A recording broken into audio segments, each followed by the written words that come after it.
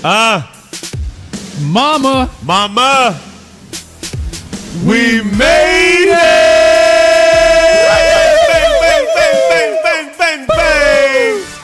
What it do da?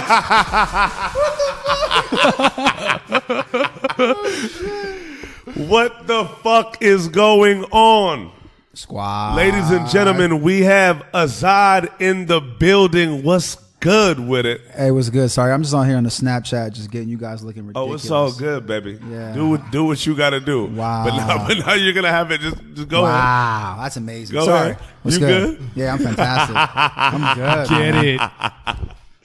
Yo, I'm so excited to have you on, my brother. Like, this is crazy for me because we've kind of done something like this actually in your whip, recorded for some PR shit back in the day. Damn. So we've gone through the story a little bit, but now we're going to get to let the Mama We Made It listeners know what it do. Yes, sir. Yes, Yeah, let's do sir. it. Yeah, you were early. Very early. Very early. Yeah. Very early. And I want to take it back even earlier. Yep. Right? Because you're somebody that I really look at and consider one of the most intelligent and savvy business-wise in the music game. And you have one of the most brilliant ears and ability to see music beyond just the sonic sphere and see it as a whole entity. And I think a lot of that comes from your hunger for diving in and studying all of your idols, going through the path that you've gone, and it's allowed you to come to this point. But we'll get there way later. Yeah. So I know that your father is a very big influence on your path. Yeah. So let's take it there. Let's do it. Let's go. Yeah, man. It goes back to, I remember like the earliest moments that I like fell in love with music or even words in general was when my dad would take me to these open mics called, actually the poetry readings were called the Beyond Baroque Sessions. Beyond and these Baroque. were in this is Venice pre-gentrification. Okay. This is like early 90s and seeing all these different walks of life. I'm talking like, a crippled old white lady all the way to like an African man that, I remember vividly like him walking up to my dad and tapping him on the shoulder because he felt like, he couldn't see him. Yeah. Tapping him on the shoulder and turning him around and saying like that, talking about your ex-wife or your wife that got executed and talking about your brother that got executed, that really touched the place in my heart because my whole family, this happened to them, in my country. And Jesus. yeah, it's like really just seeing the way the words connected with people is what I'm getting at. And on the flip side, my mom took me to piano lessons and violin lessons growing up. So that's the other side of the music for me. Yeah. Which is funny because I was telling both you guys earlier about how in my whole life I take music so seriously. And I think it's because growing up, it was really an escape. It was like, it was when you could take a step away from reality and just kind of reflect. And it was like your therapist. So let's add meaning to these Baroque sessions. Your father, tell us a little bit about his background, and he was a very prominent figure in this world. Yeah, he's still here. He is still. Yeah, to me at least. Until a lot of it's a niche community that obviously poetry isn't as big as music. Yeah, but writing and his general influence amongst the Iranian American community is still very powerful. But both my mom and my dad together were refugees, and they were exiled from Iran in the the late 70s, early 80s. Wow. Yeah. And just like a lot of others, you know, but they were politically active and they fought for freedom and what they believed in. And ultimately it took them from Iran to Turkey to France and then to the US. And insane. They had a really unique situation because both my mom and my dad are very educated, and my dad has a PhD. My mom has a master's, and like it was education first always, and it was basically arming me with the tools, and really anyone that they fucked with, anyone they were close with. So you get to say whatever you want. Okay, but you can keep it articulate or go, thuggish on them a little bit. Just because I'm talking about my mom, I'll be articulate because I'm sure she's gonna listen to this. Hi, Mommy June. Yeah, they really valued not only education and just like arming me with the tools knowledge wise so I can make my own decisions, but peace of mind. So like it was always do what is right for you, that's going to make you happy and kind of at ease with your fears and your doubts, and because they went through it themselves, right? They grew up in a place where you were forced to dress like X and forced to talk like Y, and you had no other choice or you're going to get killed. Yeah. You know, in those days, you know. That's wild. How was that for you, being instilled with that kind of freedom, but also knowing your history, right? Well, how was that for you as a kid? Because I feel like it's very formative for you, but like you understood it. So like it took some time. For knowing you, who you are now, I want to know like what that was like for you to have that instilled in you at such a young age. It's crazy. Yeah, my mom was always the one that was just like, it's funny because I look back and I'm like, damn, she's not an artist per se. Actually, my dad's really the artist in that space, but she was the one pushing me, taking me to Colburn School of Arts in downtown in her fucking busted ass Volkswagen every Sunday. Incredible. What moms do, dog. Oh, she rode for me, bro. She took me to even like painting, and I'm not gonna sit here like I'm like I grew up wanting to design clothes and art and shit, but she made sure that I at least had the choice and put it in front of me, which and is whatever. Very important. Yeah, and whatever I gravitated towards, which ended up being music, obviously, but at least I had the opportunity, you know. Was it music from the get go, or did you? It was writing. Nah. So it was writing. Yeah, I remember I had these. She still has these videos of me writing these journals, making photocopies at Kinko's, and like slanging them out to my family members at the get-togethers. But I will say, music. I definitely fell in love with music early. But it was the writing aspect of it that I remember the most vividly. Was that because I just seen your father and some being influenced by him, or did it just kind of just hit you? I just love words, man. Just loved it. Yeah, I love music too. I think music and I think words are obviously one. This is so funny because you talk to producers, like I'm talking about beat maker producers, not the grand. Not the Rick Rubin. Not the Rick Rubins and the Quincy's and the even Puff and Khaled's. More like the, man, this is somebody that I look up to right now is Scott Dante from They, who I think is the best producer in the world. Incredible, and this is no disrespect to any other producer. I love it. You know, a lot of my close friends are really good producers, but Dante specifically, he sees music in a very different way. Like you can give him an acapella and the version of the song that's out, and he'll do it not like a remix. He'll produce the record a whole different way that I've never heard anyone do. And he sees music almost like I see words. So anyways, I say this to say, for me, whenever I hear a song or whatever, I hear lyrics first. And the majority of beat makers or producers, or however you want to look at it, hear music first.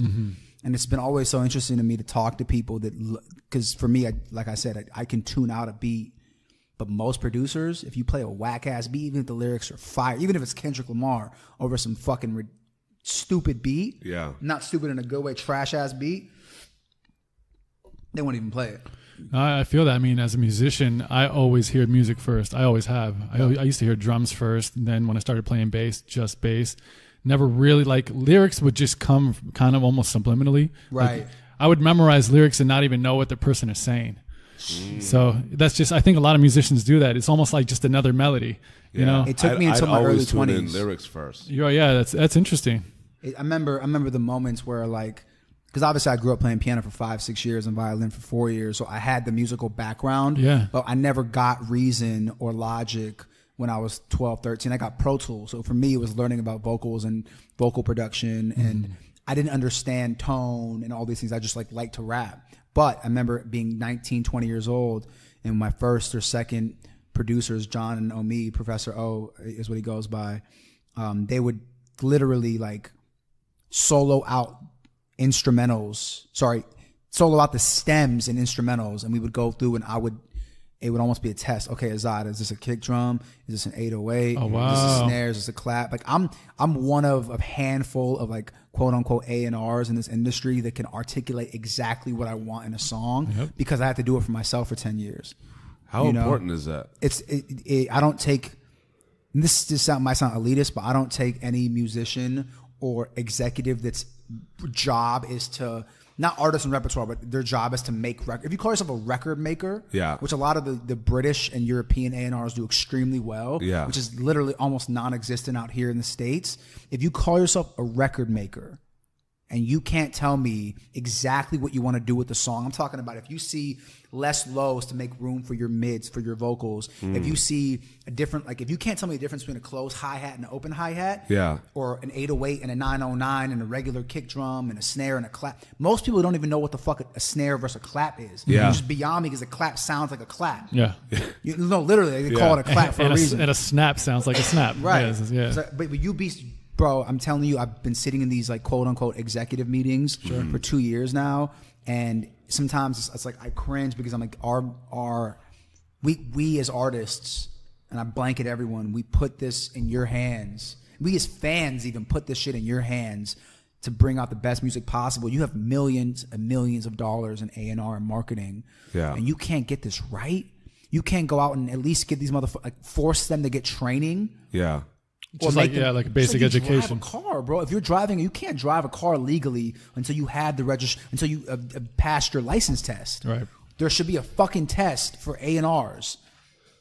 I'm dead ass. Like I completely feel you.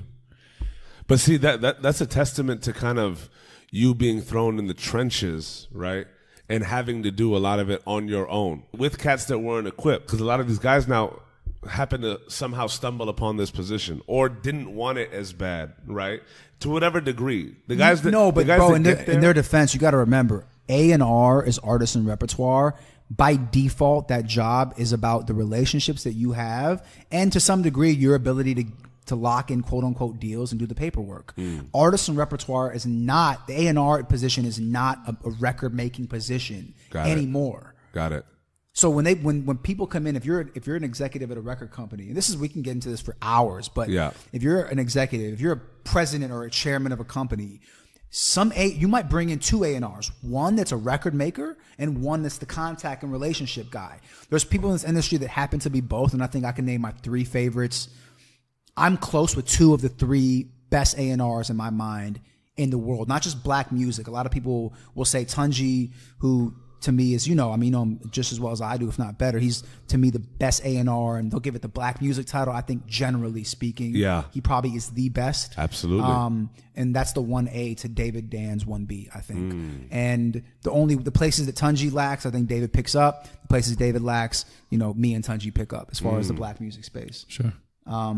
But there's a lot of other A&Rs that I think are awesome. I'm just the ones that I know personally that I've built relationships with. These are my two favorites. Yeah. And because, believe it or not, they both come from artist sides. Absolutely. David started off as an artist producer, and Tunji started off as an artist. So as a rapper, a really fucking good rapper. I mean, we've known Tunji. Tunji was actually the one who linked up Orrin with us. Yeah. Crazy. No, Tunji links everybody. I can't wait to. Tunji, you're coming on. Yeah. He shouting you out. He should. I mean, I'm trying to make a low key mixtape with Tunji. That'd be sick. Yeah, like people. Where were we? We were somewhere on this Bryson tour, and like we were just like, whenever your album comes out, I was talking about him. Whenever your album comes out, I don't even want to know the features that he's gonna get for free, or they're gonna pay his ass to be on it just because they want to support whatever. People at that level, because you got to remember, Tunji's put on everything from not put on, but shone a light on some of the best musicians and perspectives and voices in music. Absolutely. And they just want him to win. So when the Bryson shit happened and it did as well as it did so fast, I can't tell you the amount of like gratitude in my heart, because I was like, dude, I've wished for you to get the respect you're getting now, because he got it on a grand scale fast as fuck. Yeah. Right? I can't even remember how many times platinum those records are now, but I'm sure they've done 10 million singles on Trap Soul. But he never got that recognition for K-Dot. He never got that for Q, and he started to get it for Isaiah. He's done so many things for so many fucking people. It's wild. I need people to like embrace that, because then it encourages the next generation of A&R to go out there and like, learn about music. Yeah, absolutely. So you speak on the importance of artistry and going through that process into becoming somebody in this position, right? Yeah. The David Dan, the Tunjis, yeah. right? So when did your artistry start? You started doing spoken word, no? Yeah. Before I started rapping. Yeah. Okay. It was poetry right then, but I remember like all the early Pac shit that I heard and the early Nas shit really like shaped that side of me. And then there was like the Jay-Z lover. I mean, my favorite album still of all time is Reasonable Doubt, who it's funny because that feeds back into what I was saying to you earlier about the me doing the Kinko's copies and slanging the journals. That was like that wasn't the drug dealer hustler in me, but it was like the hunger and the ambition to get my voice out there, which I'm still learning about the early days of Jay and like how they funded everything themselves and how ownership from a very early point in his career was super important. And he obviously took 10 years to get those masters back, but you know, he did it. And that, once again, that was early, 4 or 5, 6 years old. I always knew that I wanted to like write and get my stuff out there. Yeah. I just didn't know how, so I did it myself. And that spoken word shit, that was me early hip hop mixtapes at Samuel High, which is the high school that I went to. And yeah, I mean, was your father an influence on you for this during the spoken word part? Did you like go to him for like any advice or just help shape your spoken word aspect from him being a poet? I would just being around him and growing up with him. Because I mean, he had a really, catastrophic moment in his life when I was like 11 or 12 years old. No, 2001. Yeah, I was 12 years old. 2001. Yeah, he climbed. He's like a really adventurous dude. He climbed Mount Whitney, and at the shoulder of the mountain, the air pressure compresses retina. And he already had retina degeneration, which is a fucking terrible disease. But he dealt with it so well. Like he did 13 years as far as running the marathon every year consistently. Wow. He's this guy at 63 years old just picked up a cane a month and a half ago. And it was out of the fear of like harming other people, because obviously when you're walking without a cane as a blind man, sometimes you might hit someone and it was just like, it wasn't even for his own safety. That's how selfless of a person he is in that regard. But yeah, I mean, after that moment, and he was like suicidal for a few days, and just seeing that transition between like grasping on a life and like life at that point were the words, right?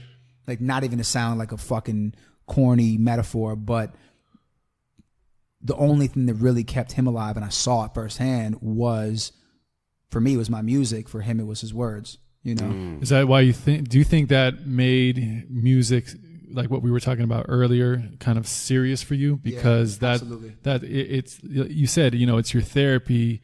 You consider it a dark space or a dark place, but it's, it just seems to me that there's just, it's just a more deeper place, a more internal place that it's coming from.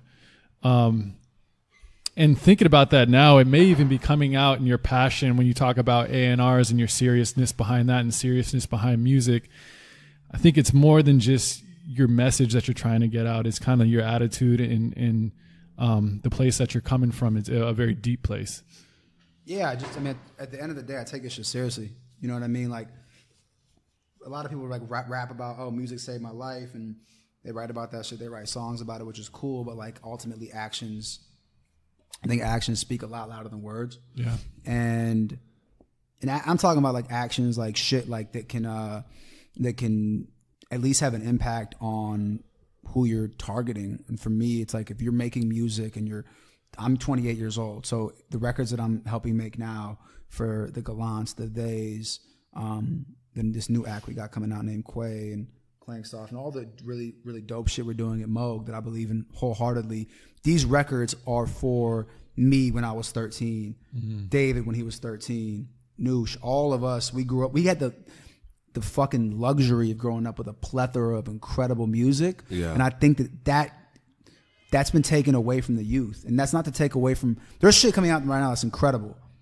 It's amazing. I love it. I love a lot of it, actually. And I think music's getting to it. It's very cyclical. It's coming full circle in a lot of ways. Yeah. But still, we don't have, or I don't feel like we have the Maxwell, D'Angelo, Pac, Nas, Sade, Tom York, Prince, Elvis. I mean, what do you think is like causes that? Is it just the time, the digital age, the process? Or? A lot of the people that are my age right now grew up with the internet.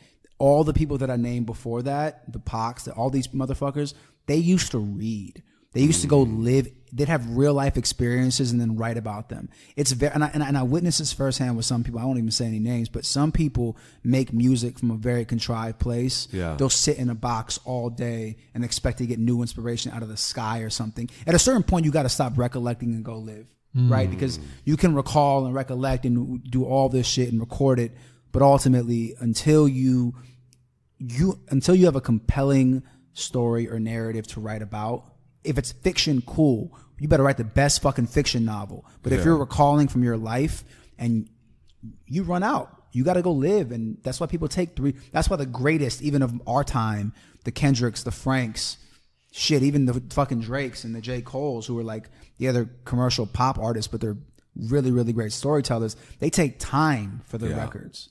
When you were listening to all the people who influenced you growing up, did you have aspirations of being an artist at that time? Like, I want to be a rapper. Was that in your mind? I was just doing it. I don't think I ever thought, and not for 1 second, did I think, I can't make it at the level that I want to make it at. I just thought if I could do me to the best of my ability, then whatever's going to happen is going to happen. At a certain point, you got to just let go, right? You could just put your shit out there, and I'd be lying too if I didn't think from the beginning that I was like, I want to be the best. I want to be like a Pac or a Nas or a Hove. But I meant that 360. And that when I say 360, I mean like Pac in essence is, to me, even better than he is a rapper. He is a philanthropist, humanitarian, poet, writer, shit. He's like an artist, like in the real sense of the word. No fucks given for the business side. I even think on the acting side and directing side, he would have been so fucking ill. And it sucks that it was taken away. We'll never really find out. But and then you flip it and you go to Hove. And I think that as a wordsmith, he's second to none. But when you look at the 360 of Hove, what he's been able to do with just literally like a mic and a little bit of drug money was ridiculous. Like building an empire that employs, I mean, I'm sure all of his family and their friends, and is going to feed his grandkids. So for me, it was always taking my favorite pieces, and this is all subconscious. I didn't know until like I was 25, 26 what Hove really meant to me. I didn't know until after I rapped for Nas and like had a breakdown of like, damn, it's even if I never get to that level, I just rap for the person that it probably kept me alive, or kept me sane, I should say, through the majority of my late teens. What was that moment for you like? Oh man, that had to have been just fucking crazy. Oh shit, I remember vividly that night. Yeah, that was like a night where. Take us there, bro. I want to single in on this moment, like as if the lights went out and just that light came on. You know what I'm saying? On the table. You feel me? I'll make that part quick, just because I don't want to take away too much of your time. But basically, this guy named Manny, who managed a restaurant called Philippe Chow's, hired my ex-manager, because she was in lifestyle in hospitality PR, as a publicist for his restaurant. And she did it with the sole intention, not the sole intention, but the main intention of getting me into the door in that space, because he was managing a lot of really cool acts. He was friends with everyone. Everyone was coming through coming through his restaurant. And whatever, when he heard my music, he fucked with it. He was like, yo, you remind me of like if Nas, Kanye, and Lupe like all in a gumbo. And I was like, oh, I'm like, oh, amazing. That's like, those are three of my main influences. And he's like, I'm going to introduce you to all of them. I'm going to call Kanye. I'm going to get you to rap for Nas, and we'll figure out the Lupe shit. I was like, shit, those are lofty ass expectations for some 23-year-old kid. You know what I mean? But whatever, let's do it. And one day, Leah calls me. Leah's an angel. What's up, Leah? Yeah, what up, man? If you're Miss listening, Miami. Yeah, if you're listening, we gotta fucking turn up. She brings me through, and I'm wearing this like terrible Obey hoodie sweater combo. Yo, if anybody's rocking these terrible like built-in hoodie jackets, please, man, burn them shits. No, so I walk in and it was Busta Rhymes is listening, or it was Busta Rhymes or some artist's video screening. Okay. Busta was there for sure. I remember that vividly. Word. His big ass was sitting dominant at the table. Ass presence. Yeah. Because you felt this energy the moment you walked in. Whatever. So I walk in. Leah pulls me to the bar. It's me and O. And we're having a drink, and we're like, why could you be here right now? Why are we here? Like, why would she have brought us here? And next thing I know, Leah calls me over. Manny walks me into the wine room in this restaurant, which is like the back or whatever. And Nas is sitting with a bad one, like a light skinned one. And The godson. Yeah, and he turns his chair and he's like, oh, I've heard about you, whatever. Man, he was saying really good things. Like, let me hear you rap. What the fuck is going through your head though? Like first you're insane. walking into a wine cellar, right? Oh wait, I didn't even tell you. I said you like saved my life. I sounded fucking terrible. I'm sure. Okay. I was like, you saved my life. You had an Obey sweater on. Oh, a little combo. You walking with the white V-neck underneath. Oh my god! With the Persian hairs coming out. Yeah. my Jew fro on steroids. You know, like that was lit. Anyways, I rap for him, and he's like, "That's just fire." Like, and the man, he's like, "Nah, spit some harder shit." Because I spit the second verse of Spiderwebs for anyone that knows that song, which is like 5 years old at this point. But and I spit another verse, a song called Pressure, a verse off that song, and that's when he was like, yeah, we need to rock. You need to come to the studio. Man didn't bring him by. Man, he was like, yeah, if you sign with me or whatever, this will be the guy that helps mentor you. And I don't remember too much else because honestly, it sounds so cliche, but I kind of blacked out in that moment. Yeah, it was just like, you know. And now I've been around Nas countless times, and not felt that way. But that's because I think his vibe is such a comfortable. He makes people feel like really comfortable, very comfortable, and you feel that genuine energy off of him. Yeah. But I met him first as like such a fan. You gotta just take a step back. Absolutely. You know, I feel like there was two very formative periods in your early music career.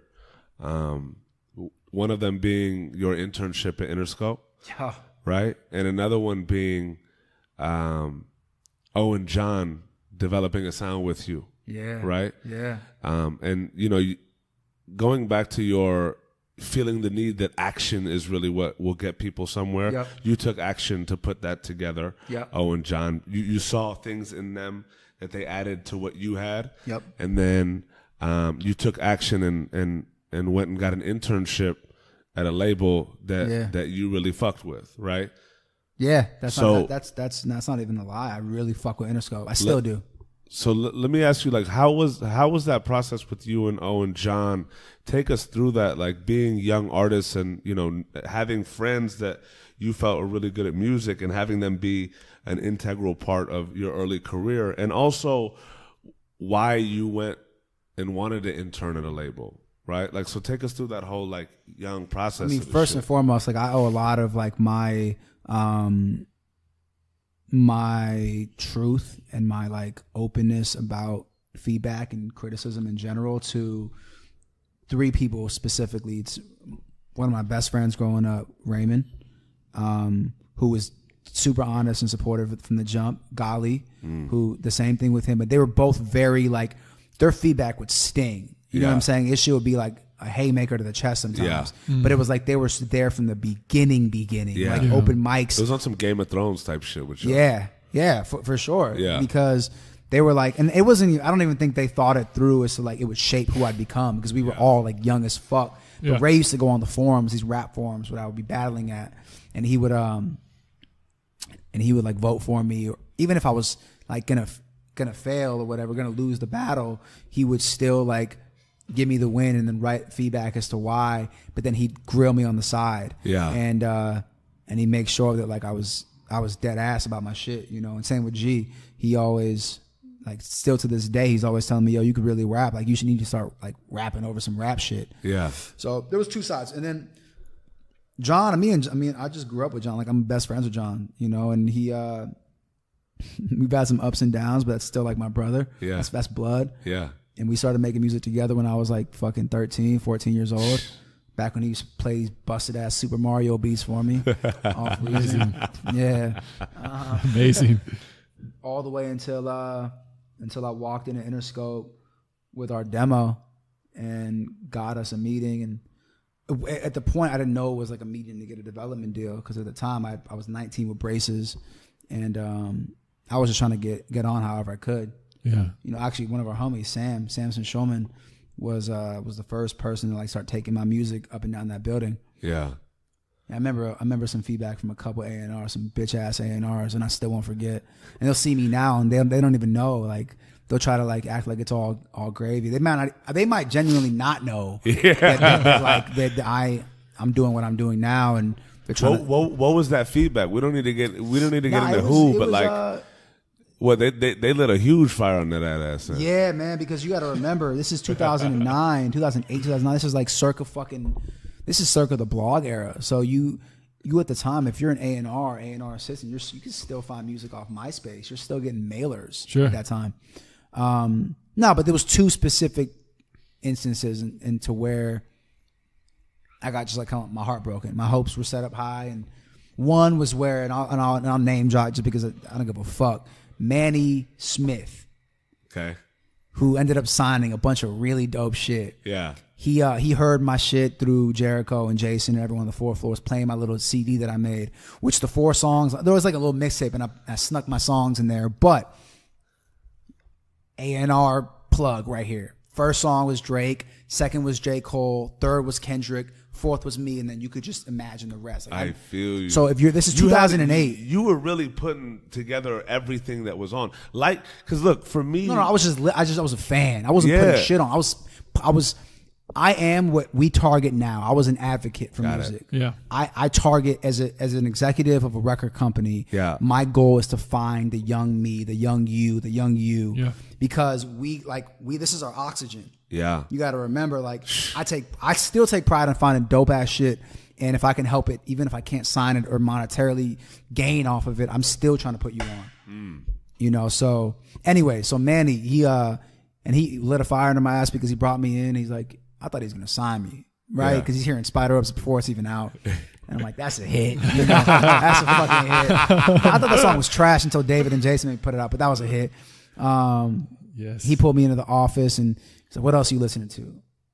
And I was like, "Man, I like outside of the 4 that I mentioned, which by the way, back then Kendrick Lamar was not Kendrick Lamar, it was K Dot. It was Dot. And Cole this is circa warm up. Yeah. But he was about to ink his deal with Rock, and I played him You and I, played him Pac Div. Yeah, I mean, shit's so fucking cyclical. I mean, I can't even fathom what happened 3 years later. You know what I mean? Or 2 years later when I met you. But Dot. I was playing them. Damn, I don't remember. But I know Pac Div and You and I for sure. Oh, probably some early Dom shit. Maybe not. Maybe that was right before Dom.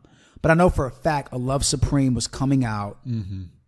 This is right before this. This is like the fucking Tomas Whitmore shot that first one. What was that shit called?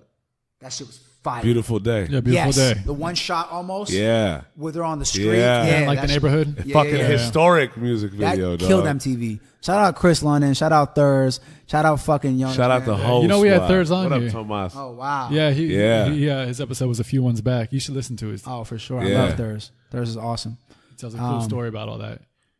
Damn, though that's giving me chills thinking about it. No, but that was really good. And then I saw on Manny's calendar he had a meeting with Drake's lawyer and all these things. And I was like, "What you know about Drake?" And he's like, "Oh, we got this." And this is right around the time that Drake shot it out in his little plug, his All Things Fresh freestyle with Trey Songz. They're rapping over, I think, Still Dre. Oh my! We said it's over that one, and it's over the Rosé pot champagne. He said, "My deal got signed and the split's all good."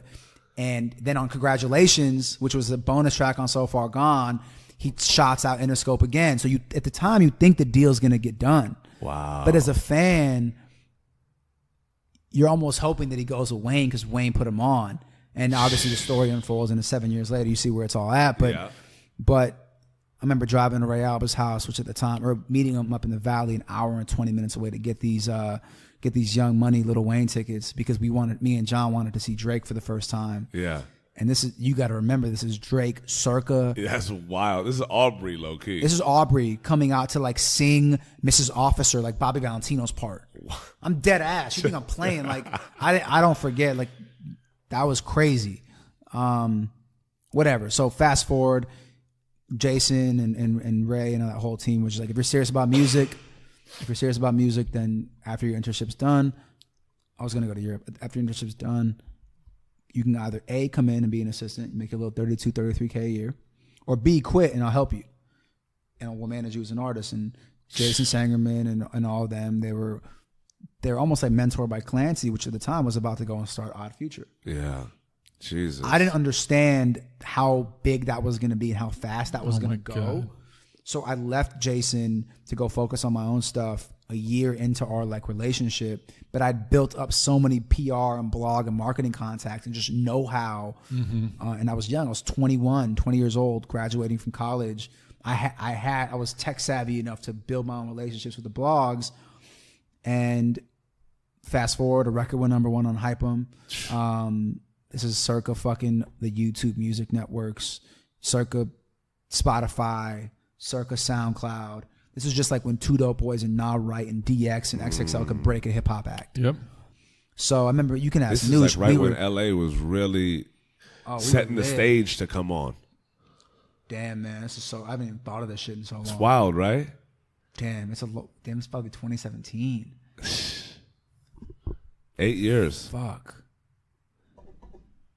Yeah, I was 19 years old. Yeah, I just turned 28. That makes perfect sense. How crazy is that? Fuck, it's a long time.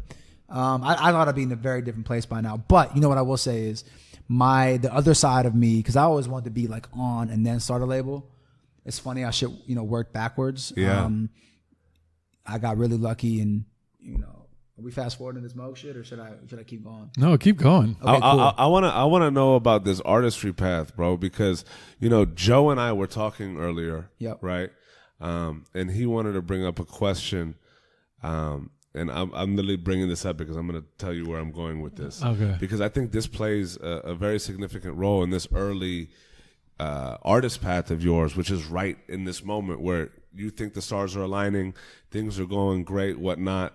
And they don't. And the rug gets flipped out from under you, right? But you're still on this path. Like it's like you have this tenacity where it's like if you guys can't do a damn thing, or if anybody around me can't do something, I'm going to make sure I do it the best, right? So that I know what the fuck to do, right? I love the foreshadowing. I think that whole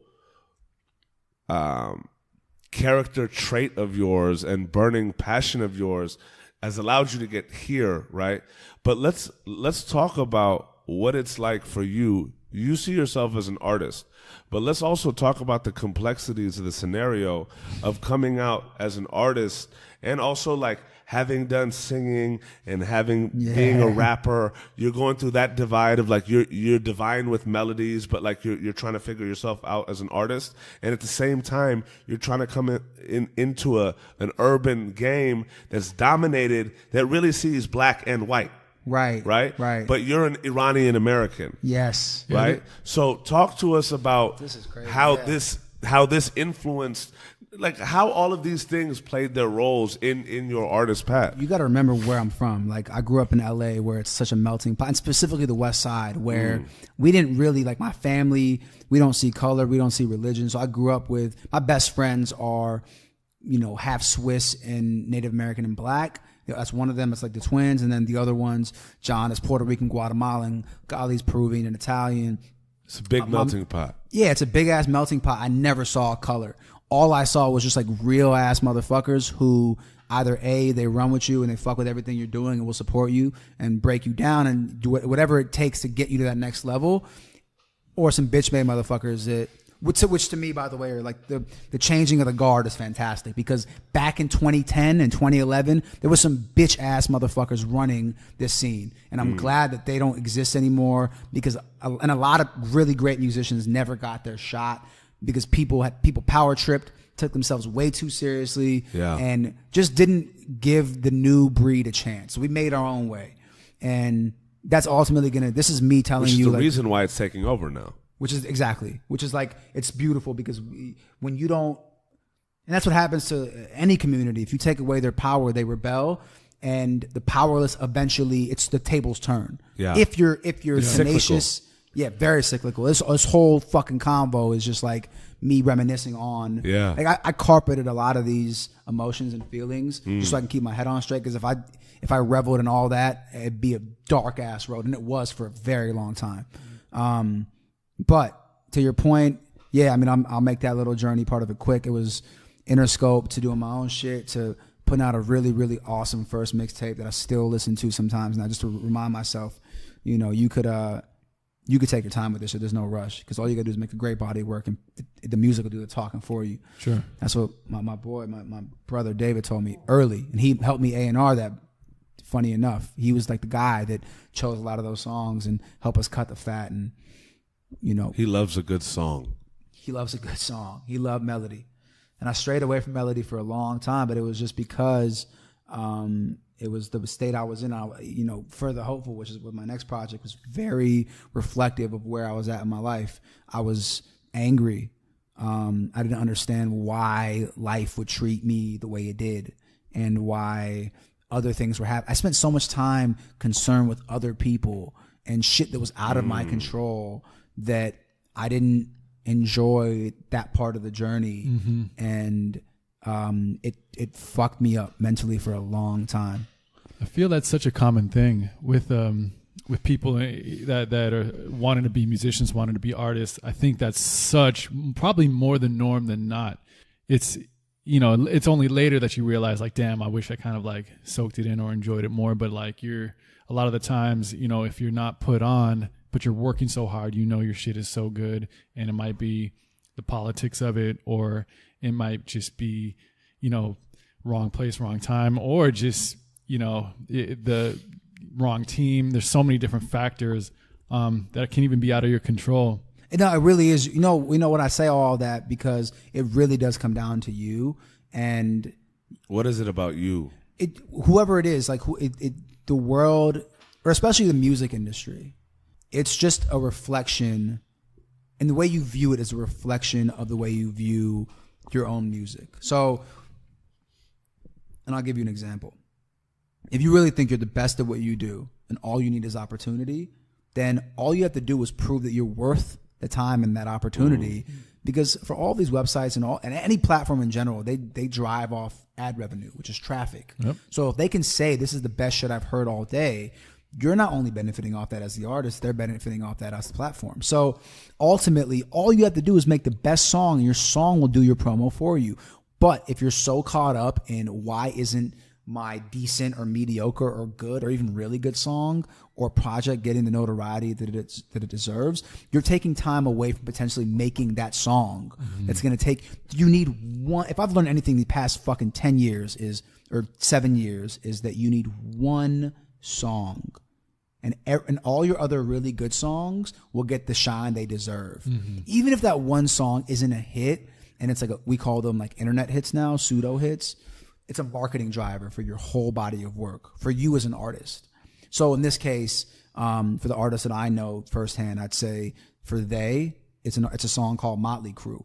I don't think it's their best song by any stretch. It might even be one of my bottom half of the album as far as what I listen to it, I enjoy, but I understand the importance of it in the grand scheme of things. For Zoo, it's a song called Faded. Same conversation. I don't think it's his best by any means, but it was the driver that launched the career.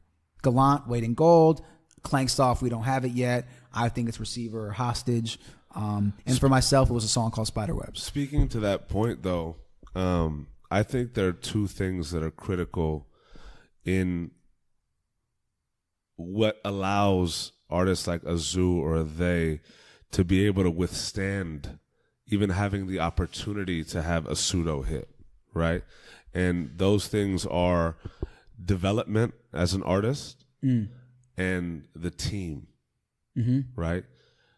Can you speak on the importance of, and I want to give the scenarios because, yes, for anyone in this day and age, that one will get you that shine, that momentum, all of that, right? But if you're not ready to capitalize, you could drown. Take that one and go next, and be willing to roll with the punches, because it's not always going to be a fucking glory road, right? But if you're not ready, the success that everybody wants or the shot that everybody wants will crush them.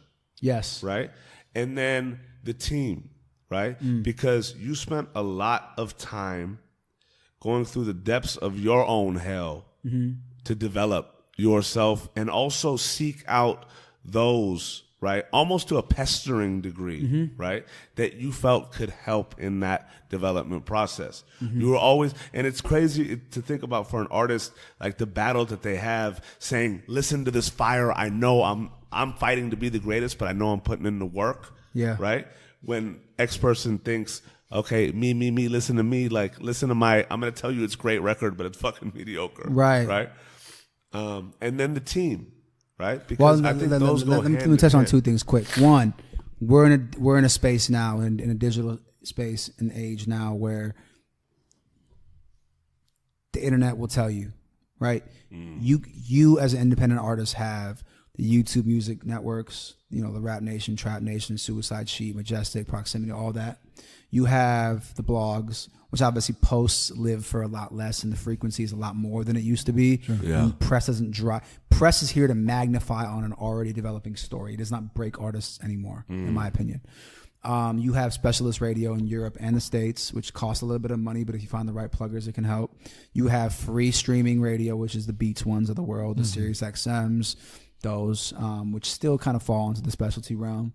You have, and to a degree, you have shows and festivals and late night TV, which is a little bit, you need a team to get there, I think. But ultimately, you have SoundCloud, right? You have Spotify, you have Apple Music, where you can just put your shit up for free on TuneCore, send it to your friends send it to their friends, and if it connects just enough, it'll reach the person it's supposed to reach. And I've always told Noose this shit. There's two important parts of an artist's career. One is where they find their voice and what they're talking about. The sound, the voice, the perspective, whatever makes them special. And the second rebirth is when they find their partner on the business side that helps align the team. Now that could be for Gallant, it was an attorney. It wasn't me. It wasn't David. We were certainly important parts of it. David more than me because David had the money and the platform at the time. But David Jacobs, who's an awesome A&R, really he's an attorney, but to me he's an awesome A&R, awesome discover, talent, everything, scout, whatever the fuck you want to call it, great ear. He was the first in. For Zoo, it was David. David was the first in. For they, I mean, I'd argue it was themselves, you know, Brittany, whoever. But ultimately, until you meet your match on the other side, your career never really starts. Because you need someone that's going to go fight tooth and nail to tell your story and why you're the most important thing or why you should be the most important thing on someone's priority list. Which now being in a position on the other side, I understand it's so fucking stacked. I don't mean disrespect to artists and they send me shit and I can't listen to it. I'm just like, bro, I really don't have time right now. But if I believe in you enough or I love your shit, if I love your shit enough, our time's going to come. Our time's going to come. Like, I mean that. I'm so true to that, bro. Like I feel like if it's supposed to happen for you, who knows how it's gonna happen, but it will happen. Who knows? I don't know how. Absolutely. And for you, from being an artist, how do you make that kind of where was your pivot point or that moment for you where you took the first step into the business realm as an exec or just as a person in the business? Anoush told me, and you've expressed it too. Always being a good A&R, always having your ear to. I still don't even know what A&R means, but just from yourself going like, okay, I'm an artist. My whole pursuit, my whole life. I wake up every morning. I write. I record. I'm pushing this. This is me as an artist, and then to now you're an executive record label. But where was that line? That was first crossed? What was that moment? I was managing myself or trying to manage and produce my trajectory as an artist from the beginning. Like I learned about all aspects of the industry out of necessity because no one else was doing it for me. I had really, really good people in my life, from David to Leah to Ashley Fox and Dwight to Noosh and now to, Brittany and I was really lucky. But you need obviously that the song and the project and the perspective and the voice, but ultimately you need money, you need capital. If you want to take this thing and make it a fucking career, you need to invest in yourself. So that happened when I switched over and I was able to see it from the business side and I saw the money being spent. And you saw it for yourself. Yeah, I saw it for myself. How was that for you? Like being able to actually be in a position to appreciate that fact, right? Because if you didn't have that pivot point, right, you'd still be looking for that moment. Yeah, I mean, and I think it's kind of why my mindset changed a little bit as to like I used to be the artist that didn't want to work like or not. I was ashamed to work the 9 to 5 again, because I'd done that. I'd worked at Interscope for free for a year for like 30 hours a week, and I'd worked at Patty's Pizza and Panera Bread and all these like really respectable jobs that I didn't want to do in my early 20s because I wanted to focus on making music, not realizing that ultimately that would hinder my life experiences because I didn't have the money to do shit that I wanted to with my girl or go out to nice dinners or travel. I ended up doing these things some way, somehow, whatever, off some bitch ass, like selling weed shit or like stealing clothes or like doing the eBay hustle or the, you know, even the World of Warcraft and I made my money how I made it. And You're I'm a hustler. I'm not proud of it either, bro. But I'd say that, to your point, that transition came when I saw the money that David was spending on Zoo and Zoo was spending on himself ultimately as well, and the risks they were taking, and how strategy was second to you got to be able to pay these people because it doesn't matter how good your shit is. If you can't put up that money, then like, bro, I'm not gonna work for free. Yeah. Like I remember when David's ass was fucking doing the little snapback hat thing, and like that Zoo shit hadn't popped yet. He didn't know what his next check was gonna come from. Yeah. You could fast forward 3 years conveniently, 4 years conveniently, and now look at David and go, "Oh man, you were gonna be this all along." I mean, I knew that. I'm sure David didn't even really know that. Yeah. Because I knew that. Yeah, you knew that. People that are close to Dave always knew he was going to be something fucking special because he was always so important to us. Yeah. And he tells me this shit about myself all the time. You know, he's just like, bro, like, I knew you were going to be a monster of an executive long before you ever Likewise. even thought. Thank you. I mean, I mean, we've had fights about this shit.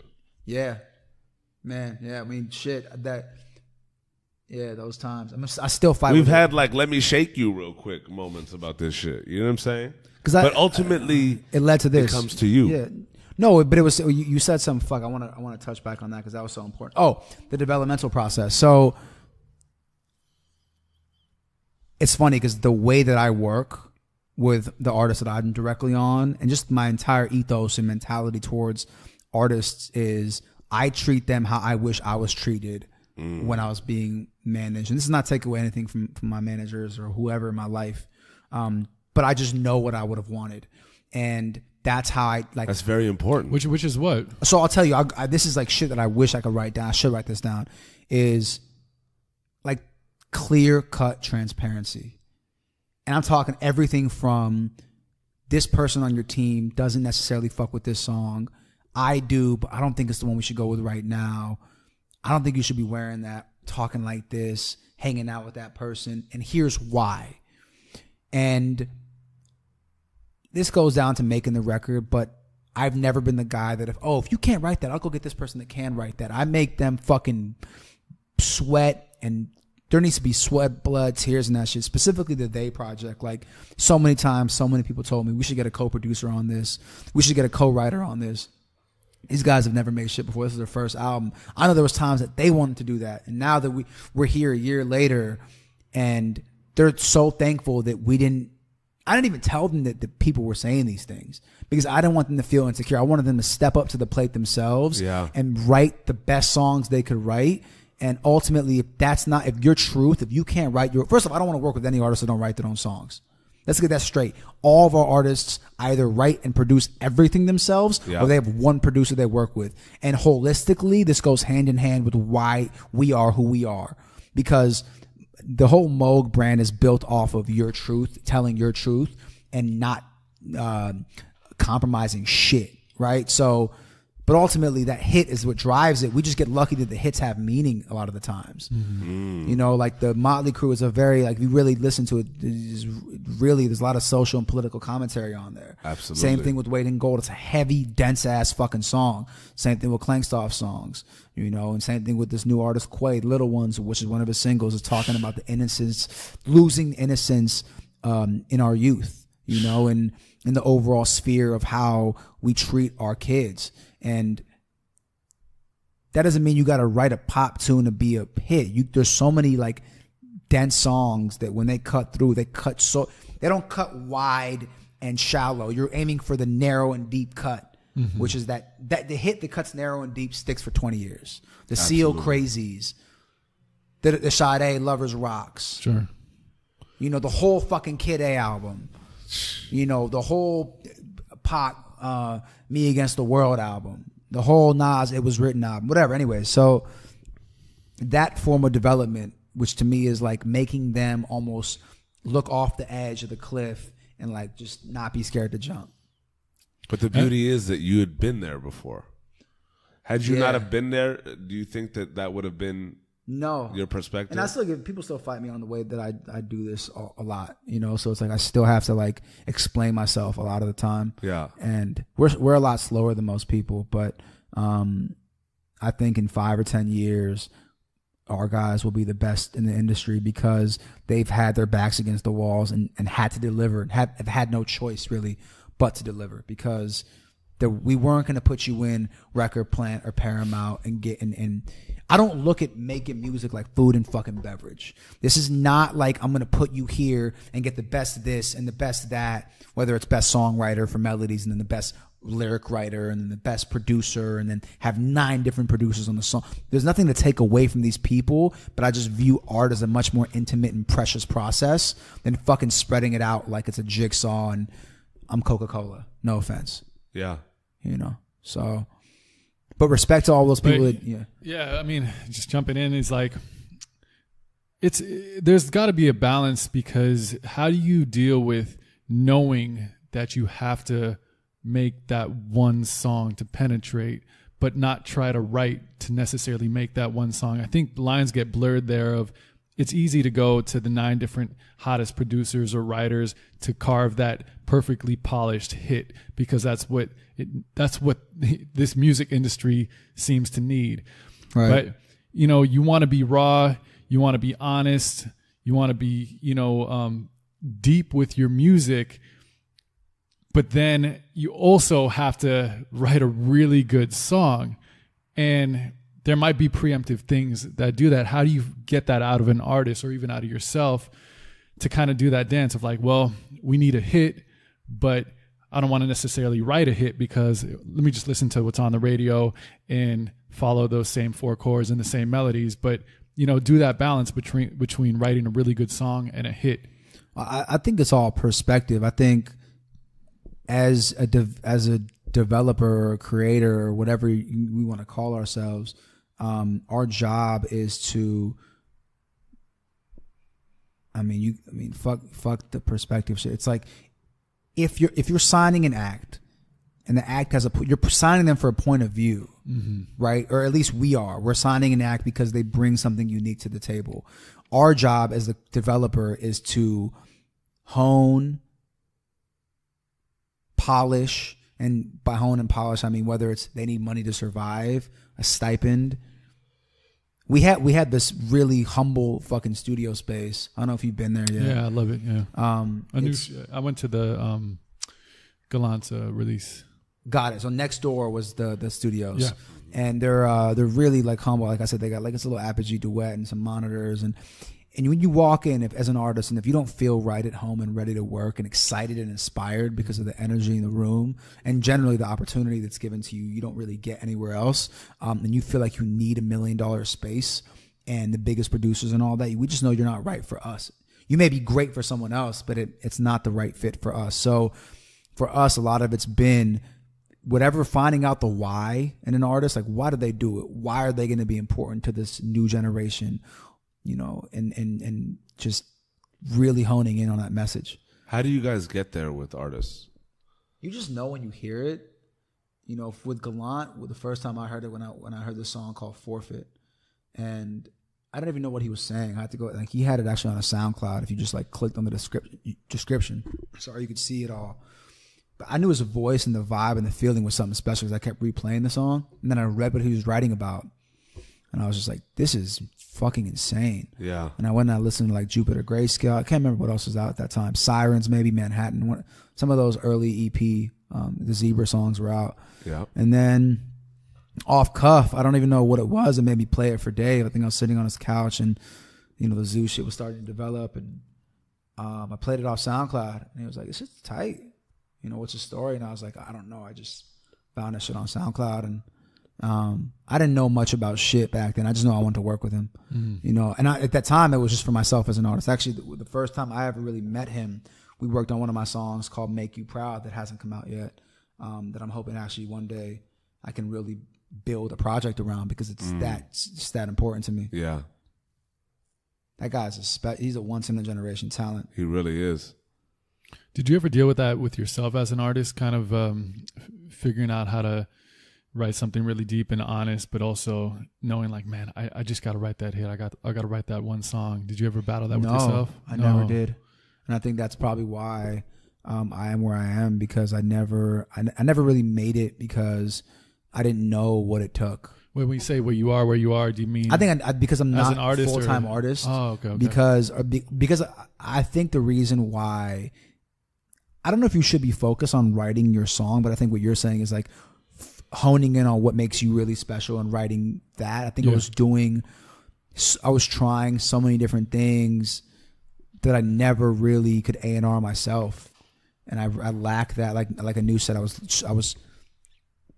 I needed a David Dan or a Tunji in my life, just full time for myself. And still to this day, that's why I still think I'll never end up signing to anyone outside or work with anyone on that front outside of a David or a Tunj, just because they've seen my whole journey and they're open to tell me whatever, and I don't know. There's just how important is that? I think as an artist, it's all you can ask for. All I ever wanted was someone that could just be honest and have a foundation to why they're saying what they're saying. So it's not just like coming out of nowhere. I'm not saying credibility, but like just justify what the fuck you're saying. Yeah. And for Dave, it's always been a very, not hit driven, but he's very honed in on what makes you and just do that. And once that connects, obviously you're a very well diverse person. You can show everyone different sides of you once you got that one. For Tunji, it's always been a little bit of that, and then culture. It's like just consistency, being like putting out really good music, staying consistent, keep knocking on that door, banging on that door. Like you look at all of his artists that he's worked with, not all, but the majority of them have been grinding for a very long time. Yeah. And that's the thing I think a lot of people don't really realize, because all you see is kind of the end result or the finished product, but you don't realize a lot of these people have been doing it for a decade before you even hear anything. Yeah, I mean, shit. That's a lot of our success stories today. Success. I sound like a fucking idiot. A lot of our success stories today come from, I mean, that's why I respect the shit out of G-Eazy and his whole team. People can say whatever they want, but that man has been, I've seen it from the Warped Tour days where he was getting 14 people at his shows to finding out, what made him unique, and then just going fucking ham. Incredible videos, incredible work ethic, touring like he tours like Tech 9 tours. Straight up. And he has a fucking monster team, though. Oh, incredible team. And those people, I think that's why he's so comfortable, doing what he's doing, because he knows he's insulated. Yeah. And that's the best feeling as an artist, which once again, to your point, what did I want as an artist I didn't get, which is why I provided nonstop for my guys. It's not just the support on the business side. I can negotiate the fuck.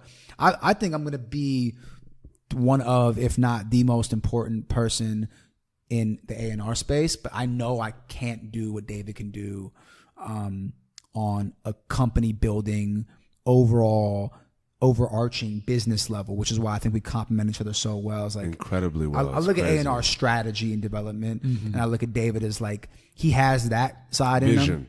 Exactly, but he's a visionary. So it's like he sees. He's also a builder. Yeah, he's everything. He's the best. He's the best in the game. He's low-key the dude that was digging the ground to put the foundation in that became the head of the company. Low-key. Yes. Yeah, and he tried to sign. He was the first person to try to sign me. And when I was 19 years old, he hit me on fucking Facebook Messenger through one of our good friends, Adam Vanunu, and like he tried to sign me. Is that how you guys met? That's how we met. That's incredible. Talk about that for a second. Yeah. Oh man, I remember the first time he came. Bro, the history is wild, bro. It's insane. It's a long time ago, bro. I was wearing PF flyers, yes, black PF flyers. Some denim with some little like. Thank God you got some money though, dog, because now your style game's a little like upper echelon. You know what I'm saying? Yeah, a little bit. Nah, Dave came in. He heard all a bunch of the new early me and John shit, and back then I was making much more melodic driven music, which is what I got back to now 5, 6 years later, 7 years later. But I strayed away from it because I strive so hard to be unique and different than the Drakes. Which, by the way, back then it wasn't the Drakes. It was Drake was coming up, and we were so similar in the sense of like we weren't thugs. We were both melodic. There was a certain clever wit to our rap. And I don't even mean to put myself on the same level as Drake. I think I'm better, but you have to though. Yeah. What people don't get is like you have to think that you're better. You have to want to. Or just don't do it if you're gonna do this shit. Yeah. Very well said. No, I think he's outworked the shit out of me and outplanned the shit out of me. Yeah. I secretly think he's right here behind me at any given moment because some of the moves he makes, I'm just like so astonished by how fucking perfectly planned they are. Yeah. But anyways, David used to tell all of his friends I was like the Iranian Drake, and that's how he got the whole. And I saw firsthand what David Dan promo hand-to-hand combat could do for you because when he brought me to Beverly Hills, guerrilla marketing warfare, bro, all the girls, all like the little club promo dudes. Motherfuckers used to buy tables and bottles and all this shit because of David. Like, they really fuck with me. And I never gave David a shot to fully, like, manage me because he was killing it so hard as a DJ himself that I wanted him to shine. And I didn't think he had the time. And ultimately, I didn't want to take away from what he was doing, you know, because he was killing it. I still think he's one of the best performers, DJs, and overall music ears. Superstar, bro. Yeah. He's going to be. I'm going to end up one day managing him because we have a new management company, and I think he'll let us one day take a crack again. So let me ask you about this because that's a really interesting point. Is both of you guys, you and David. Yep. First and foremost, are like my brothers. You know what I'm saying? Hey, my young babies. Yeah. You know what I mean? I've been a babysitter to these stars for a long time. You know what I'm saying? But what's it like for you? Right, finally being in a position where all of your work, blood, sweat, tears, drive to be an artist, killing yourself to figure out your purpose, coming into a position in which everything that you had been doing is allowing you to do it, but in an executive capacity, right? At the same time, also still pursuing music as an artist. How is that for you now to balance not only the responsibilities in your executive role, but the expectation of your artist being? You have to remember, I'm working with someone that I think is the best at what they do, and I think we've barely scratched the surface. Yeah. And ultimately, we're so close that he wants me to do what makes me happy and would never have me do some shit that would have me resenting myself or anyone in my life. So he knows how much of an artist I am. Yeah. And when it's time, he'll do whatever he can to support me. He's told me that. He's like, whenever you're ready, whenever you feel like we got those records. And he'll be the first to tell you if you do or not. Yeah. And I know that, for a long time I thought, he wouldn't want me to leave, but I would never leave. And that's like what I realized. Like I've obviously got offers to work on other shit and do whatever else, but I never even bring it to anyone's attention because I would never leave. Like this is like, I don't have any tattoos, but if there was one thing I would, tat on myself, it would be like hearing is believing, which is the Moog slogan. Yeah. And seeing what he's done for everyone in his life and for these artists and just in general, the music community, I think, is so impressive. And in the first 2 years we did, I think, really well for ourselves. But these next two are about to be like career defining. Absolutely. And they talk about the Geffens, they talk about the Ivines, and they talk about the New Ways, the Troys and the Scooters. And no offense, but I don't think they've seen someone like David Dan ever. They haven't. And if there's one thing I'm gonna make sure I do, whether it's right next to him or from a distance, is make sure like his whole shit does not, like, it will never, ever, ever sink. Like, as long as I'm healthy and he's able to do what he does on the business front, and he's even as a fucking serious creator, he's gonna be just fine. Because I'm before Why? you ever get to him, because I'm the armor. Like I'll be the one. Like I take a lot of L's because people are like, yo, Would this you dude. consider yourself the Dame to his Jay-Z? It's funny because I thought I was a J, but you know what? I do think, yeah. It's crazy you say that. Absolutely, yeah, definitely. Nushi Cohen back here, just like Nushi Manili, just chilling, like just good with it. You know what I'm saying? Nushi Manili, yeah. Hey, I like that reference. No, he's bulletproof, bro, and that's like I've made that shit my year's work, 2 years, 3 years work. Is like. Because he gives us so much freedom to do what we feel like is right. I'm talking about you could take whatever time you want, go out, go do this, go to dinners, go to drinks, go travel, put up however much money you want on these videos, fail, do it again, fail, do it again. You want a stylist, do it. Whatever you want, like he lets me treat the money and the artists like they were my own because he knows how stingy I am and knows I'll never waste, let alone like time, I'll never waste bread. How important is that to you? That's the only reason this shit's worked, bro.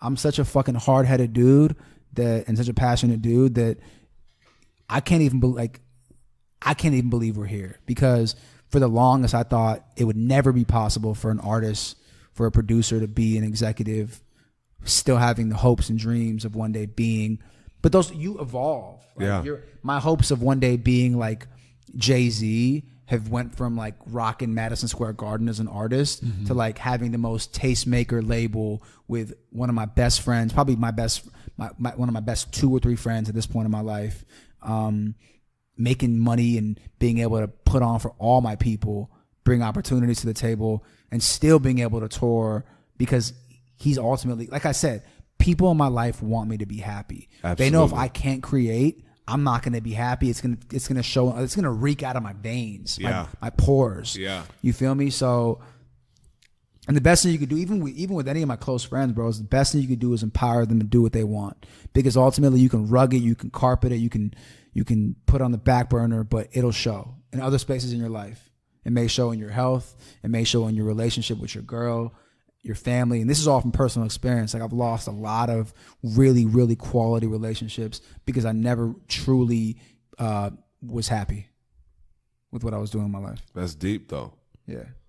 That's interesting. Yeah. Because one thing we were talking about was, I was telling him earlier, is like, I was like, I wonder how he kind of balances being an artist and an executive, because, there's people that are just executives. There are people that are just artists. Many artists are terrible in business. Most are actually terrible in business. No, agreed.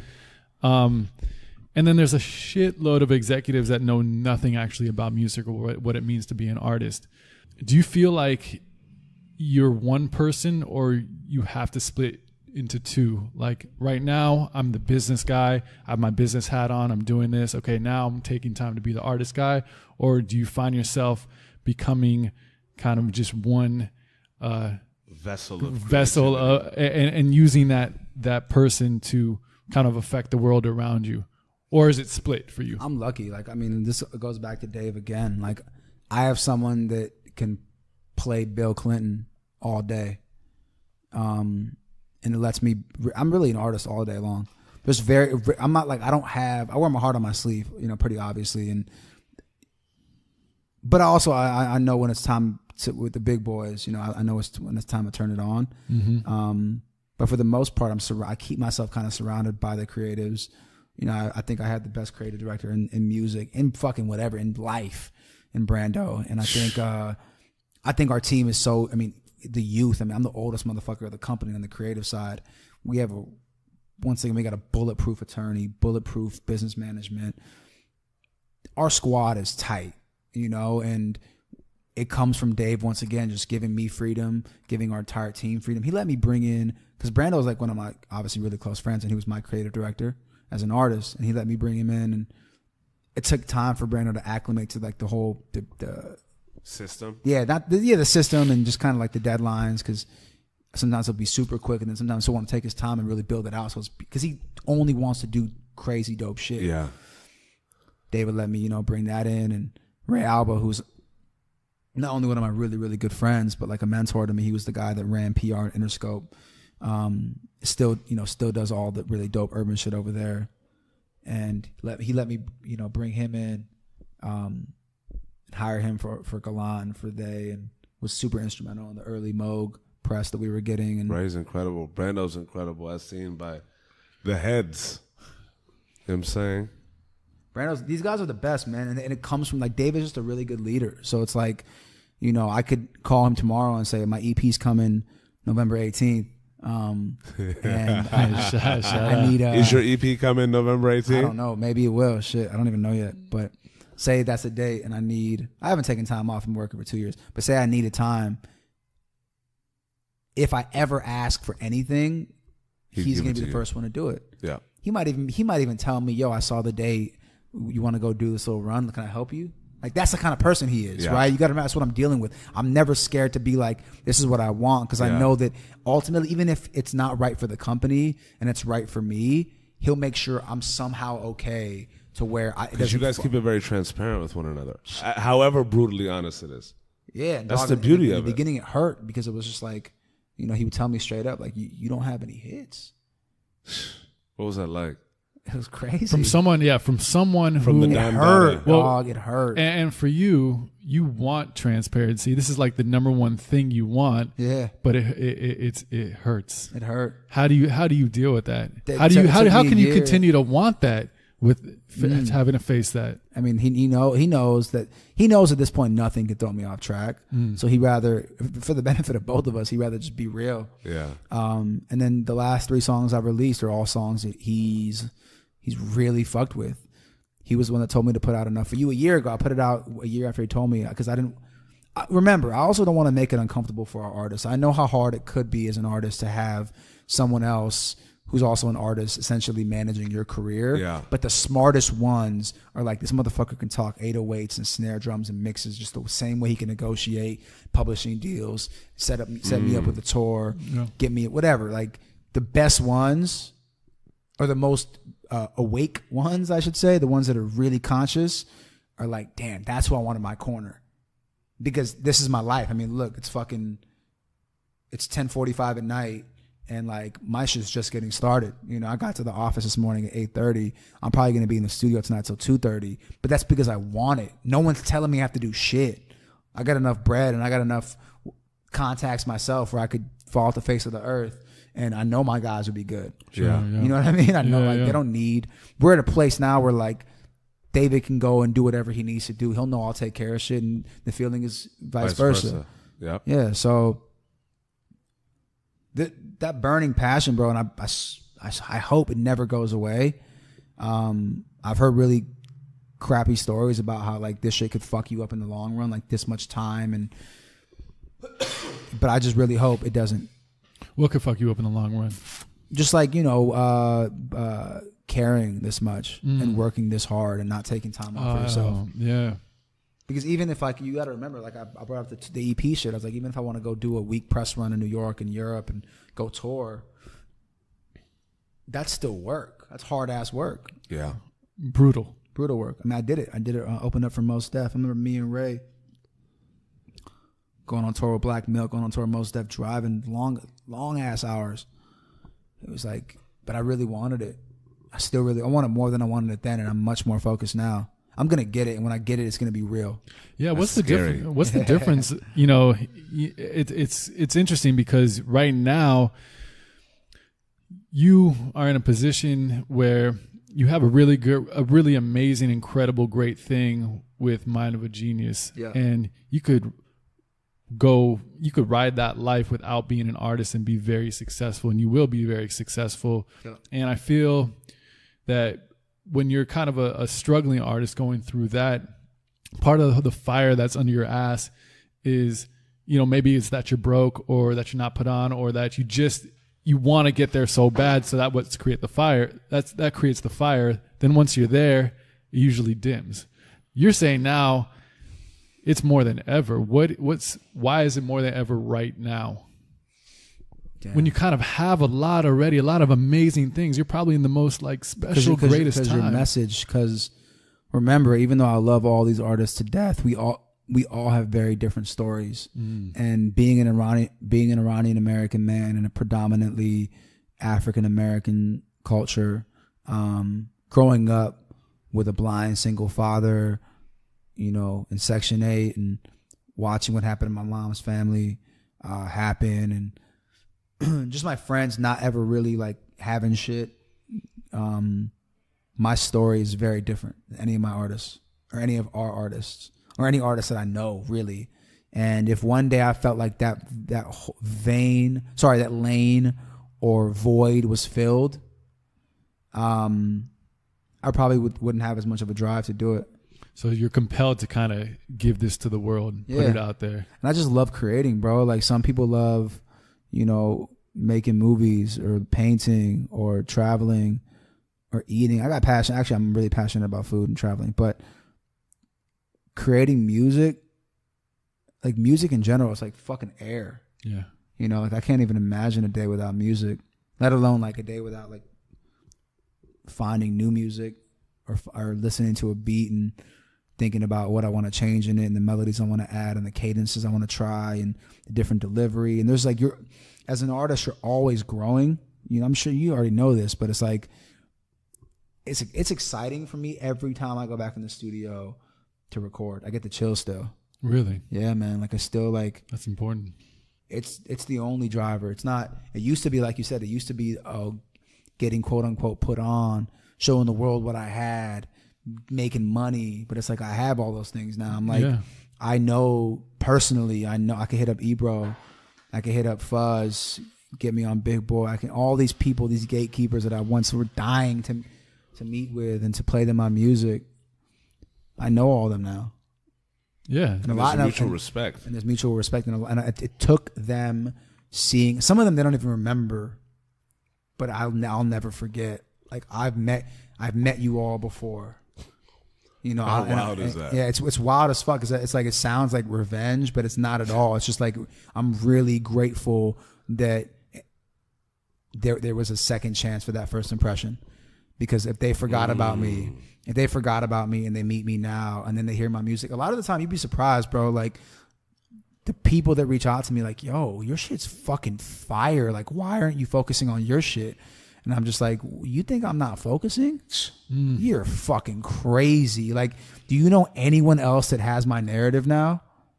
And like the tools that I have, like watch the fuck out. Like when it finally all clicks on a music level and I have time. Yeah. Because I told myself I'm going to get these 5 artists out with Dave and this whole Moog team. I'm going to take a little bit of a break and go like just help out the family. And this is all before 30. I just turned 28. I got 2 years in my head. 3 of the debuts are out. The 4th one's coming in 3 months. The 5th one's getting introduced on February, so it'll be out in spring. This summer of 17 is when I see like my first real tour. And if I had the music, like I think I will, and I'm able to stay healthy through that process, and it's easy. It's easy. Do you think your message? What is your message now, and how has that changed from before Mind of a Genius and before this kind of everything you've learned? Message, I think it's just like an overall. Let's actually take it to like brand understanding, or voice. Yeah, I think I'm speaking for a very big group of people. The outlier, the rebel in the group, where not the rebel, but there's a lot of me's in urban communities, in the sense of, or urban, I guess you could say, not urban communities, but like in this new age 2017 melting pot ass cities across the US and even Europe. There's an Azad, there's a mixed kid in a group of predominantly black or Hispanic or whatever color, poor upbringings, maybe one parent, maybe no parents, and all they have is their music, or they have, their passion for cooking. Like I met this Uber driver from a minute ago, picked me from the studio. It's like his passion, his truth is through cooking. That's where he gets his like meditation. For me, it's like the therapy is the studio. There's a lot of me's in a lot of different pockets in the world, and I think when they hear the full spectrum of my story, whenever I figure out how to write all this in an album with replay value. I think I love how cognizant you are to that. Like you're aware of these things. Sometimes to a fault, which is why it's always good to have David there. You Absolutely. know, who can like, yeah, because I just put a song called "Sweet" out, which is like it's so weird. My mom loves it, which is like it's a banger about. It's a banger about like.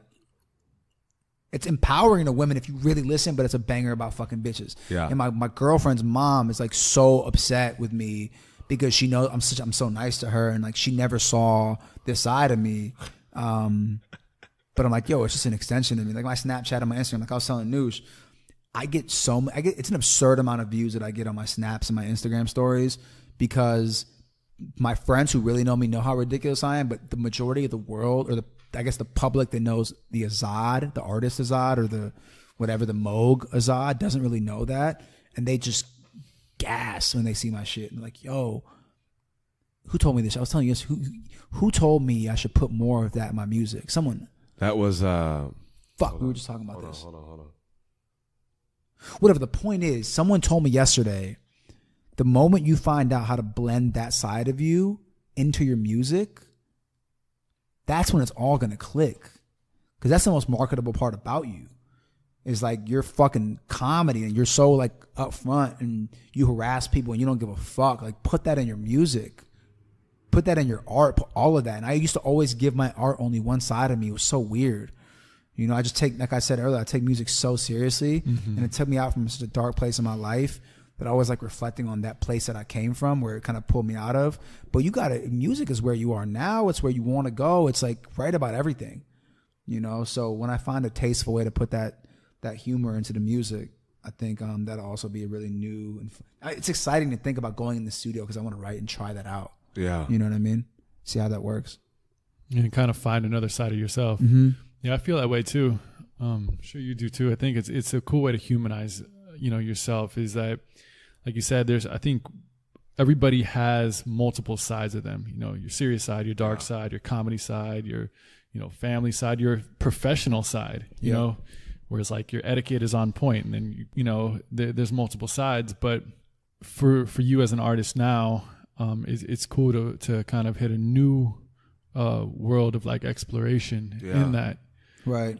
Yeah. Which is something you might not have been able to do younger because you were so serious and so determined and just focused on like, this is who I am.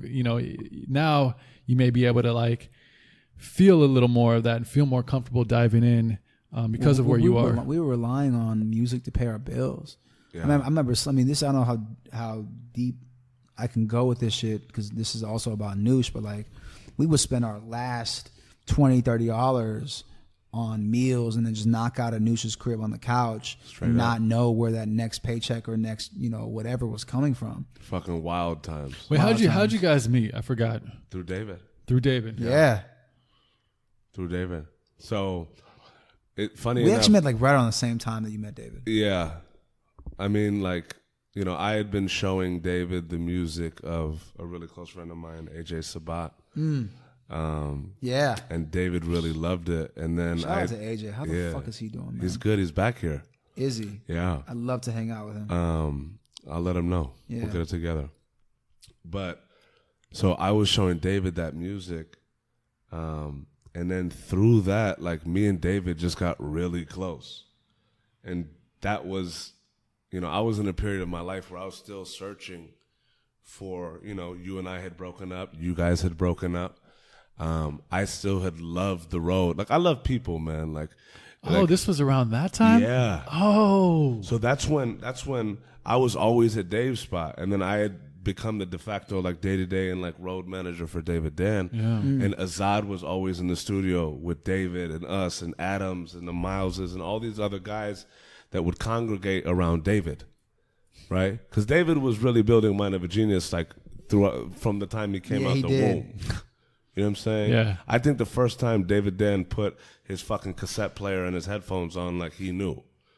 You know what I'm saying? But just like with Azad, I think that the first time that Azad put pen to paper, like his story is written. You feel me? As crazy as that is, like the moment that he was able to put pen to paper, he was beginning to write his story. He just didn't know it yet. You know what I mean? So to that point, I really think that we're all really fortunate because all of us are people that have an inner passion driving us, but we're also really good human beings, and good people propagate, bro. Yeah, that's real. That's really what happens. You know what I'm saying? Azad was pestering me for the longest time to fuck with him. You know what I mean? Yeah. And not from the standpoint of, yo, accept my shit. He knew I was a big fan. You know what I'm saying? He also knew what my path was, so he knew that everything that I was telling him, it goes again to the just the transparency. Like, I was very transparent with Azad from the get-go. Yeah, he was. And I also was very transparent to the fact that, like, I'm a very loyal motherfucker, dog. You know what I'm saying? So, like, he knew I was with David, but he also knew that, like, I fuck with his music, and I was I love urban music. You know what I mean? I was open with David in that time that I just didn't get dance music. Right. I was just really fucking good at what I did, and my ability to, like, my love for people allowed me to be finesse king, but also challenge artists on the development of their brands as opposed to, like, the music. Like, the beautiful thing for me to look back on my path, and I'm happy for every single mistake that I've ever made and decision that I've ever made, right? Is that, imagine this, I'm, like, playing management capacity and more so, like, day-to-day and just, like, really being that day-to-day manager to the David Dan for 2 years and the Azad for 2 years.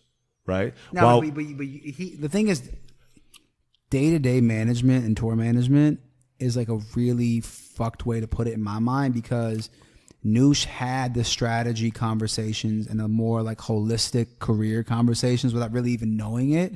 But he was there every day.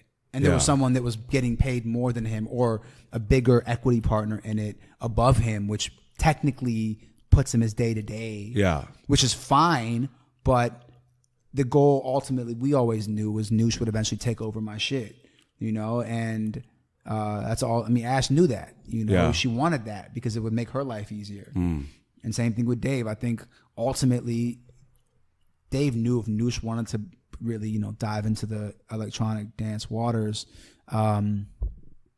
he could do whatever he wanted. They could do whatever they wanted together. But Noosh wasn't passionate about that. And it's beautiful because both of these dudes knew, and I was very open with them, right? Yeah. For David, it was, I literally would have combos with him and say, I hate dance music. He wanted me to full on, like, guide his shit. But, like, I was like, bro, I hate dance music. I'll come out on the road with you all day, right? That's my forte. I'll be the asshole all day. Yeah. I'll be the dude that challenges you all day. But I'm not going to be the dude that's just a friend that wants to be your manager just because it sounds cool. Like, I hate this music. You know what I'm saying? With Azad more so, it was at that point where I was willing and able to take that, right? But I also told him, like, I just don't hear music the way you do. I hear the feeling. I'm listening to your lyrics. I don't hear these sounds like that. I can't tell you the difference between the claps and the snaps and the fucking hi-hats. You know what I'm saying? Gradually over time, he tried. Over time it grew, right? But I was just very honest. When do you remember when I called you and I was like, I'm leaving Ash and John and all that? How did that all happen? I think it was just brewing, dog. I think it was brewing. You had reached a breaking point just with the whole situation, and you were done with it. You know what I'm saying? Like, I couldn't pinpoint the exact time, but I knew it was coming, and, like, I'm very good. Like, Azad is such a strong personality, dog. Like, very strong personality. And the beautiful thing about him that allows him to bully where necessary is that everything that he's saying, he has backup and ammo, right? But then when you put fucking King Arthur up against Merlin, you know what I mean? You have, like, a gorgeous dance. Yeah.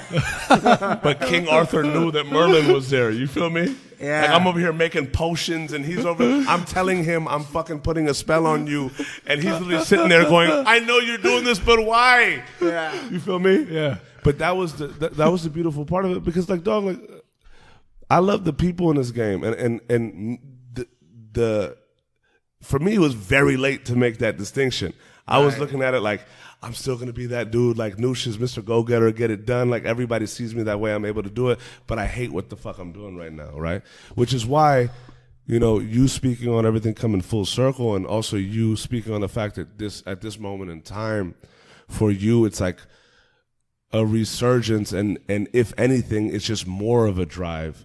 I think for us with this podcast and just everything going on, like it's allowing for what I've always wanted to do and contribute, at least for a good part of it. And you're a storyteller, to come to fruition. You guys are both. This is like, I think my first time really meeting. I've heard about you for years, but you guys are. This is an awesome platform to tell stories, and I think I missed that side of like really, really great journalism. It's crazy. Like I only really watch Breakfast Club, and I watch Ebro and Peter and Laura on Hot, because I just miss like being able to pull open XXL, you know, reading Elliot Wilson's story or whatever, Carl or whoever I was fucking with at the time. Sick, damn Sick used to have a dope ass little blog. How wild is that? That's crazy. And yeah, I think this is. I've only listened to 2 of them full, but I've listened to bits and pieces of a lot. I think you guys are. It's just the angle.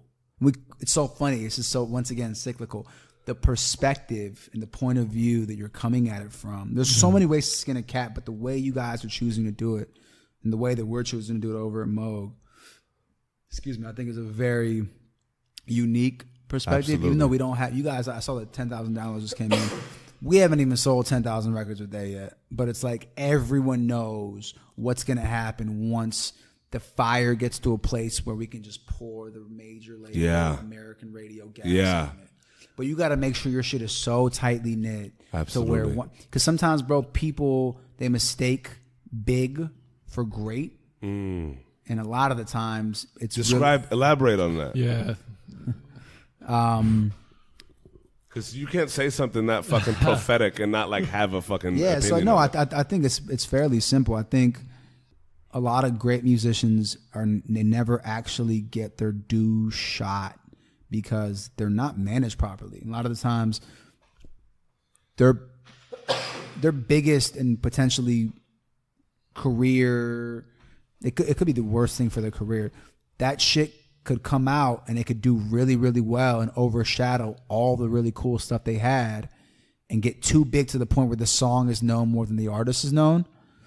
And it could hinder the entire career development of that act. And it takes a long time to get back on the right track. I think for us, we're in this incubation phase where all of our acts are really cool on the internet and they sell out their shows and their festival, you know, their key placements at festivals, and they get really good press.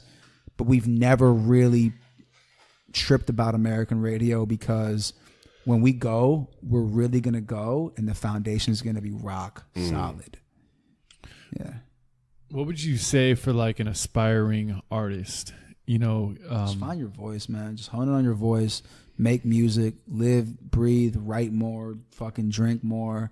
Live more. I mean, all that. Like, I don't have any advice besides just put your all into your art. Every side of you. You know. Do you think as an artist now you have to know more about the business side to break through? You don't. No, because people like me exist and people like David exist. Yeah, that's great. Yeah. I'll find you. If it's meant to be, I'll find you. Or Tunji will find you. Or somebody important. Or somebody, or you know what? Somebody that's not important that one day will become the next us will find you. You know, because it's interesting. You will be found. You will be found. I love that you said that. You know, it's so interesting. You know, on the internet now, I feel a lot of emerging or aspiring artists that I've talked to are looking for the solution on the internet, literally, like researching on how to break, how to, you know, get more followers, how to, you know, get on, you know, Spotify and on a playlist. You know, they're always looking for different ways to do it and get their music out there. In the wrong places, man. Exactly. But it's like, that's what the internet's been feeding, because there's such a large ocean out there and people are looking for an answer on how to cut through. Yeah, the best way to cut through is make that record. Make that body of work. But you have to be in the trenches to get there, right?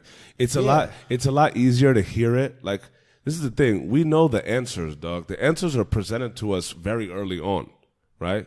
But there's a difference between knowing what you need to do and actually being vulnerable enough to do what you need to do. But Noosh, you said this shit earlier when I was talking about my it's so funny, once again, full circle. This Jay-Z shit, the fucking Kinko's Journal shit. People think that I turned into a businessman out of necessity. That's so wrong. It's like the biggest joke to me.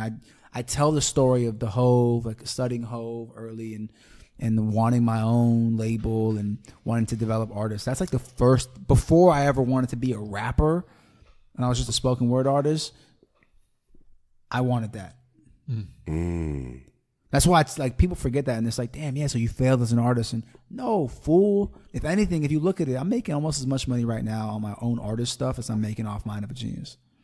And it actually sucks to say you failed as an artist because I feel you're always an artist. An artist right, is always an artist. But if you are an artist. if you are, it's like if you are an artist, that's got to be such a shitty thing to deal with. I think it's even one of the catalysts for us doing this podcast of, I always say it's giving the journey value and, what really is success just because you may not make it in the dollars or you may not make it on the charts or you may not be able to live off making music. But I don't think that should ever be a reason why but artists everyone stop. Defines their own success, man. Like people always ask me, damn, how'd you guys get to where you are now? And like, you're doing Coachella with two of your acts were on Coachella this year, and the next two will be on it next year, and all these things. And I'm just like, wait a second, like, how do you define success? Because for me as an artist, it was always like, I just want to tour the world and fucking rap and sing my music. And if I could live off that and I can get my message out to whoever needed to hear my shit or was meant to be for, then that was enough. But some people define it as, I heard someone say I needed to make 7 figures off just sync this year in order for me to look at this year as a success.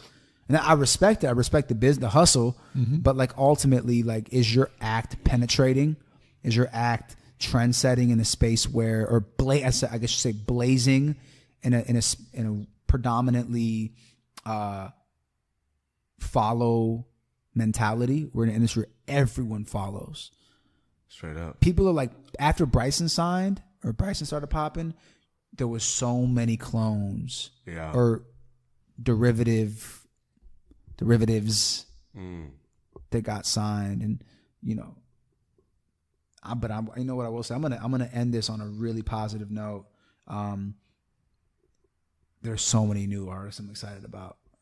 Who are some of the artists that you're excited about right now? There's this girl Kirby that I think is one of the most refreshing. Nah, you know what? She's the most refreshing artist I've met. Coming from you. Man, I get really like, I may not even being able to sign her. But, What is it about her? Everything, the tenacity, the voice, and I mean voice in terms of point of view and like what her message is, what her story is. The consistency. It's like everything is at a high level. It's so hard to find an artist that always hits. And it's like every song I heard, I was like, fuck, I want to work with you. And you know what she told me, which just moved me. So, bro, she said, Zod, you're such a fucking dope artist yourself. I just like, I don't, at the time, this is a conversation about me wanting to manage her. It wasn't even about label. It was like, I don't know if I'd be able to do that to you. Like you deserve to get your voice. I broke down after that. I was like, oh my fucking God, you're just a dream. And that's when I decided I'm not really a manager per se. I'm really an A&R and a strategy guy. So I think if it works out with us, it'll be on that level. Awesome. But yeah, I love her. Can I name drop a few more? Yeah. Go, yeah. Can I be Please. a little, This is your world. This is the positive note, bro. We're trailing it off into a distance right now. I like this girl. Her name is Jessie Reyes. Okay. I think she's fantastic. I've listened to some of her shit because of you. Yeah, I think she's awesome. It's incredible. I don't know how many more I can give right now. There's an artist. There's a band. I think it's an artist. I haven't talked to him yet, but if he hears this, I think the name is pronounced Can Walkin. Can Walkin. Really excited about what they're doing. Really? Sometimes I don't even reach out. Yeah. I just like watch and enjoy it. Yeah. I I love Georgia Smith to death. I think once she gets it right, she's gonna be, you know, what Lauryn Hill was for me. Who else do I love, man? I love a lot of women right now. I think that the music industry's lacking like really powerful women, new a new breath of fresh air. And then rapper wise, I mean, I love Dave East. I like this kid Nick Grant. Word. I think he's awesome. He can really rap. As far as bands, I like Leisure a lot from New Zealand. I think they got a really cool perspective. Word. Yeah. My brother. That's awesome. I love you guys. Thank you. I love for this. you, bro. Thank you for the opportunity. No, For real. thank you for your coming time, on, bro. man. Yeah. This has been incredible. It's. I'm really proud of you, bro. It's very. This was a therapeutic process because you got to remember a lot of the stuff I haven't thought about. Yeah. Because you're not talking about this actively. No, it's a rare opportunity, I think, to go through that journey, to kind of like, you know, reflect on the challenging times or the successful times, or kind of just seeing like, damn, like touching on those moments, those smells, those thoughts, and just bringing that back and seeing where you are today. I mean, and then realizing how much of that actually shaped you and to who you are today. And you smells. Yeah. I like that. Yeah. All I smell in the studio is, or the studio vibes are pork Trader Joe pot stickers. Extra crispy was when I put lots some of soy sauce, lemon juice, cayenne, and lime juice on it. Yeah. We used to make those all the time. Look how far you've come, bro. And look how far you still have to go. Oh, that's the best part about it. I'm proud of you, bro. Man, I really am. I'm proud I love you to death. I'm proud of you too, for real. Thank you. Love. Mama, We made it!